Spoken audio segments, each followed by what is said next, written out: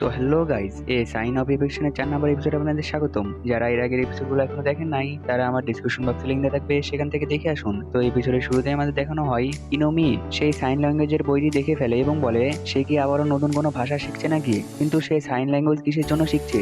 আর এইদিকে ইউকি শুয়ে থেকে ইসুমির দেওয়া সেই কয়েনটি দেখতে থাকে। তখনই তার ফোনে তার ফ্রেন্ড রিনের মেসেজ আসে। সেখানে রিন বলে, আমি কিউয়ের সাথে শপিং করতে যাচ্ছি, কিন্তু আমি একা তার সাথে যাওয়ার সাহস পাচ্ছি না, সেই জন্য তুমি আর ইসুমিকে আমাদের জয়েন করতে পারবে। আর তখনই ইউকির সেই প্রমিসের কথা মনে পড়ে যায় এবং সে তাকে হ্যাঁ বলে দেয়। তারপরে আমাদের ইসুমিকে দেখানো হয় সে কিউয়ার বাসায় যায়। বাসায় গিয়ে তার সাথে মুভি দেখতে থাকে। আর সে মুভি দেখতে দেখতে মুভিটির সাবটাইটেল অন করে ফেলে এবং সেই সাবটাইটেল গুলা পড়ে সেই ডায়লগ গুলা বলার চেষ্টা করে, কারণ সে এটা করলে সেই ভাষাটি খুব তাড়াতাড়ি ভুলে যাবে না, সেই জন্য সেই সাবটাইটেল অন করে দেখছিল আর সেইগুলা বলার চেষ্টা করছিল। আর তখন তার ইউকির কথা মনে পড়ে যায় এবং সেই সাইন ল্যাঙ্গুয়েজ ব্যবহার করতে থাকে। আর এটা দেখে কিউয়া বলে, এই সাইন ল্যাঙ্গুয়েজ তো শুধু ইউকি ব্যবহার করে, তুমি এটা শিখছো কেন? তারপরে সে মনে মনে বলে, আগে তো ইউকি ইসুমিকে পছন্দ করতো, কিন্তু এখন ইনোমিও তাকে পছন্দ করা শুরু করে দিয়েছে। তারপরে ইসুমি তাকে ড্রিঙ্ক নিয়ে এসে দেয় এবং বলে, তুমি এটা খেয়ে নাও। এবং কিউয়া বলে, এটা আমার কেনাই ড্রিঙ্ক। তখন ইসুমির কাছে ইউকির মেসেজ চলে আসে এবং সেখানে লেখা থাকে, তুমি কি রিনের সাথে জয়েন করবে? এটা দেখে ইসুমি কিউয়াকে বলে, আমরা কি তোমার সাথে যেতে পারি? এবং কিউয়া বলে, হ্যাঁ অবশ্যই যেতে পারো। আর এটা শুনে ইসুমি ইউকিকে হ্যাঁ বলে দেয়। আর এটা শুনে ইউকি অনেক খুশি হয়ে যায় এবং সে কোন ড্রেসটি পরবে এইটা ভাবতে থাকে। তারপর গিয়ে সে তার ফেসে ফেস মার্ক লাগায়, কিন্তু তার একটি ক্রিম শেষ হয়ে যায়। সেজন্য সেই ক্রিমটি নেওয়ার জন্য একটি স্টোরে চলে আসে। আর স্টোরের বাইরে দিয়ে ইনোমি যাচ্ছিল। আর ইনোমিকে দেখে সবাই বলছিল, সে কি কোনো হিরোইন? তাকে একদম হিরোইনের মতন লাগছে। আর একটি ছেলে তো তার পিছু করতে করতে তার কাছে চলে আসে এবং বলে, তুমি কি কোথাও যাচ্ছ?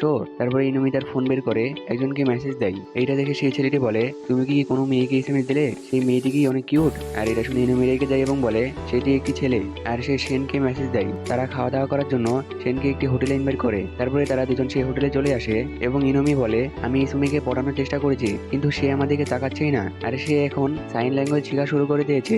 আর এগুলো শুনে সেন বলে, আরো একটি ড্রিঙ্ক নিয়ে আসো। তারপরে তারা ড্রিঙ্ক করে সেই কষ্টটি ভুলিয়ে দেয়। তারপরে আমাদের ইউকিকে দেখানো হয় সে তাদের সাথে দেখা করার জন্য রেডি হয়ে স্টেশনে চলে আসে। আর রিন তাকে বলেছিল, তোমার বাসা থেকে আমরা তোমাকে পিক করে নিয়ে আসবো, কিন্তু ইউকি তাদেরকে মানা করে দেয়, কারণ সে এর আগের মতন ঐশীর সাথে আবার দেখা করতে যায় না। সেজন্য সে ট্রেনে করে তাদের কাছে যাওয়ার সিদ্ধান্ত নেয়। তারপরে তার ট্রেনটি চলে আসে এবং সে যখনই ট্রেনে ওঠে তখনই সে দেখে সামনে ঐশী দাঁড়িয়ে আছে এবং ঐশীকে দেখে সে অনেক অবাক হয়ে যায় এবং ঐশী তাকে বলে, এইটা আবার কোন ধরনের রিয়েকশন? আর তুমি এখন কোথায় যাচ্ছ? এবং ইউকি তাকে বলে, আমি এখন লাইব্রেরিতে যাচ্ছি। তারপরে তারা দুজন ট্রেনে করে যেতে থাকে এবং ঐশী ইউকির মাথার উপরে মারতে থাকে। কিছুক্ষণ পরে সে তার চুল লাড়তে থাকে এবং তারও কিছুক্ষণ পরে সে তার কাঁধের উপরে শুয়ে পড়ে এবং ইউকি তাকে উঠিয়ে দিয়ে বলে, তুমি অনেক ভারী। তারপরে তাদের স্টেশন চলে আসে এবং ইউকি বেরিয়ে অন্যদিকে যেতে থাকে। এটা দেখে ঐশী বলে, ওইটা লাইব্রেরির রাস্তা না। আর এদিকে ইউকি ভিড়ের মধ্যে ইসুমিকে খুঁজতে থাকে। আর তখনই ইসুমি তার পিছনে চলে আসে এবং তাকে ধরে ফেলে। এটা দেখে ঐশী ইউকিকে বলে, তুমি আবারও এর সাথে মিশছো? এবং ইউকি তাকে ইগনোর করে ফেলে। আর এটা দেখে ঐশী অনেক রেগে যায়। তারপরে ইসুমি ইউকির চোখের উপরে হাত রেখে দেয় এবং ঐশী ইসুমিকে বলে, তুমি তাকে এভাবে পিছে থেকে জড়িয়ে ধরতে পারো না, সে তোমার আশার আওয়াজ শুনতে পাবে না। এটা শুনে ইসুমি বলে, ইউকি আমাকে বলেছে আমি যদি এটা করি তাহলে কোনো সমস্যা নেই। আর ইউকি তাদের কোনো কিছু বুঝতে পারে না, কারণ সে ঐশীর ঠোঁট পড়তে পারছিল না, সে শুধু ঐশীর পাটুকুই দেখতে পাচ্ছিল এবং সে মনে মনে বলে, এদের মধ্যে এখানে কি হচ্ছে? তারপরে তারা দুজন চলে যেতে লাগে এবং ইউকি পিছে ঘুরে দেখে ঐশী অনেক রেগে আছে এবং তাকে ইরিটেট বলে সেখান থেকে চলে যায়। এটা দেখে ইউকি বলে, তোমাদের মধ্যে কি হয়েছে? এটা দেখে ইসুমি বলে, আরে কোনো কিছু না, এটা নিয়ে তোমার চিন্তা করার কোনো দরকার নেই। এবং ইউকি বলে, হ্যাঁ আমার এর মধ্যে না পড়লেই ভালো, এবং তাকে ওকে বলে। আর এদিকে রিন এবং কিউয়া গাড়িতে একসাথে থাকে। আর গাড়িতে দুজন একসাথে থাকার কারণে রিন অনেক নার্ভাস হচ্ছিল এবং কিউয়া রিনকে বলে, ইউকি কি ইসুমিকে পছন্দ করে?